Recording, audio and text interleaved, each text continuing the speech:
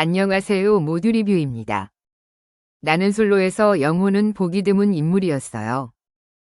현숙의 말대로 하얗고 뽀얗고 빵긋한 영호를 서울 사는 현숙과 정숙은 좋다고 했지만 부산 사는 옥순과 영숙은 별로라고 손살에 치는 것이 호불호가 극명하게 깔렸어요. 영호는 남과 다른 매력이 있었는데 능수능란한 입담이었어요. 동성끼리 대화할 때 더 편하다는 사람이 있고 이성과 대화할 때 더 편하다고 말하는 사람이 있어요. 우리는 후자의 경우를 여미새, 남미새라고 불러요. 영호의 경우 남녀 가리지 않고 재치를 뽐내며 사람을 웃기는 매력을 가졌어요. 기깔나게 완급 조절해가며 적재적소 낄낄빠빠하는 영호의 입담은 데프콘도 감탄하게 만들었어요. 시작은 변호사 정숙을 좋다 했지만 한번 잘못 걸리면 답변 시간이 10분씩 걸리는 바람에 눈치 빠른 영호는 키워주신 아버님처럼 힘들 수 없다며 떠났어요.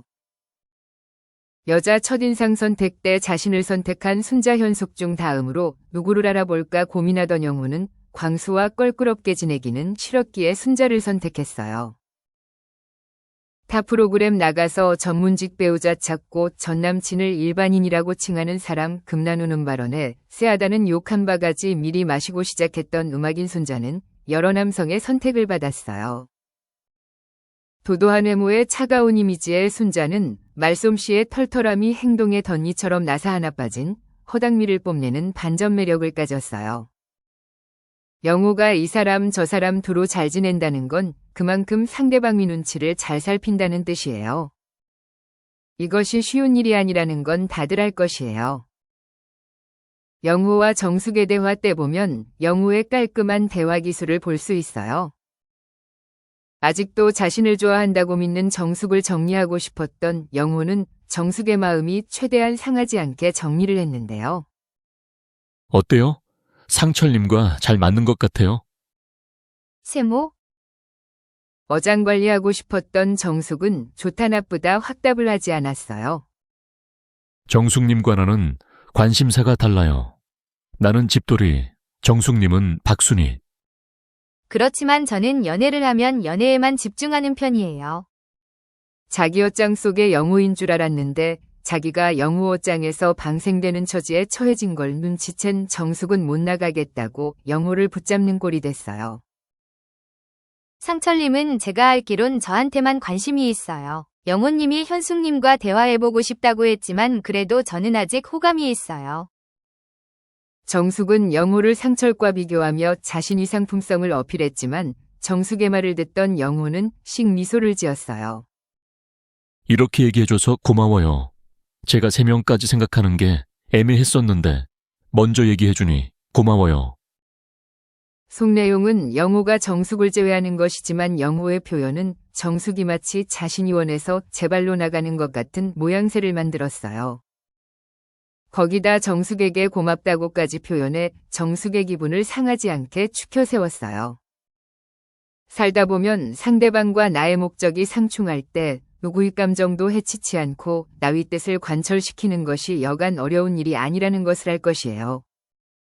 상대방을 설득하려다 보면 감정이 상할 수도 있고 언쟁이 될 수도 있는데 영호는 웃음으로 마무리하는 능력을 가진 사람으로 보였어요.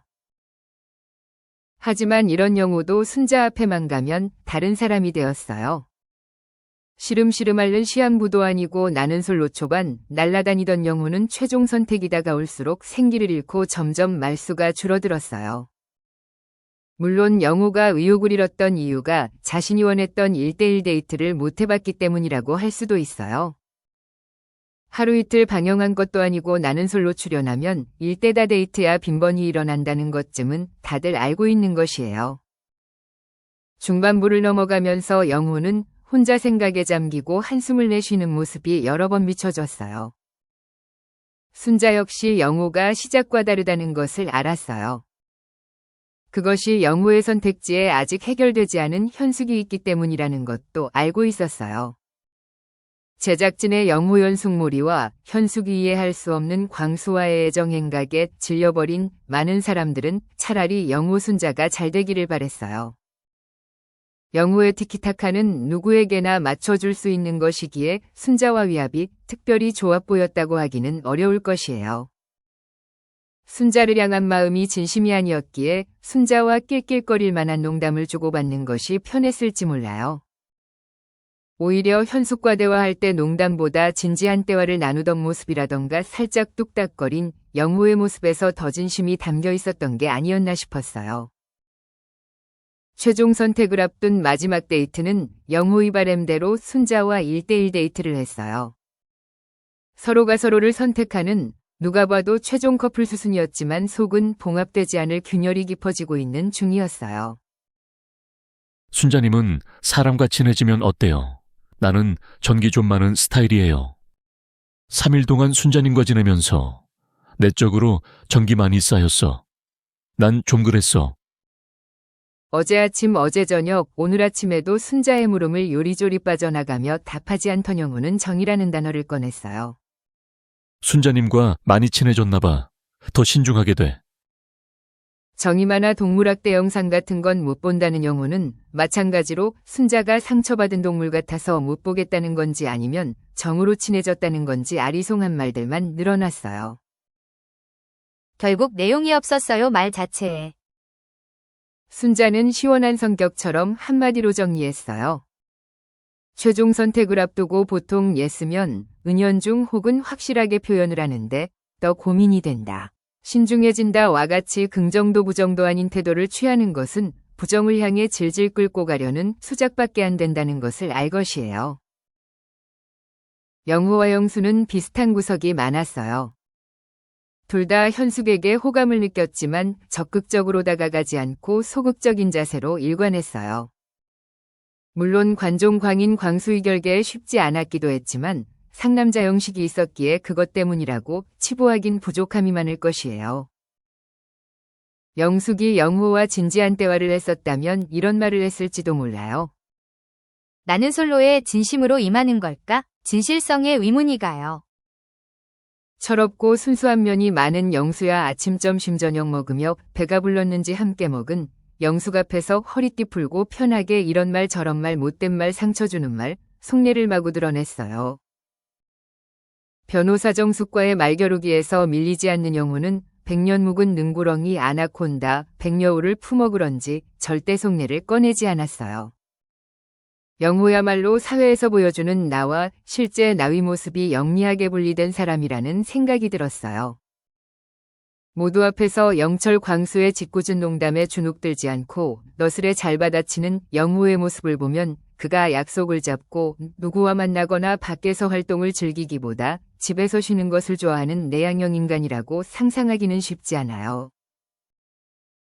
현숙이 밖에선 자신은 원래 이런 사람이다라고 말하는 것과 나는 솔로에서 보여주는 모습이 다르듯이 영호 역시 그런 사람일지 몰라요. 영호가 왜 최종 선택을 앞두고 순자를 선택하지 않았는지는 영호 외 아무도 모를 것이에요. 공무원 바닥은 나를 담기에 너무 좁다고 느낀 영호가 전국구로 이름 알리고 나머지 저축 30%를 채워줄 여성을 DM으로 만나고 싶었는지 우물쭈물하다 현숙을 영식에게 놓친 건지 우리는 알 수 없을 것이에요. 확실한 것은 영호가 순자를 어떻게 들었다 놨다 간을 보고 이리 재고 저리 쟀는지 많은 여성들이 지켜봤기에 나는 솔로 이후 영호를 만날 여성들에겐 영호의 의문스러운 행동을 파악하기 좋은 지침서가 생겼다는 것이에요.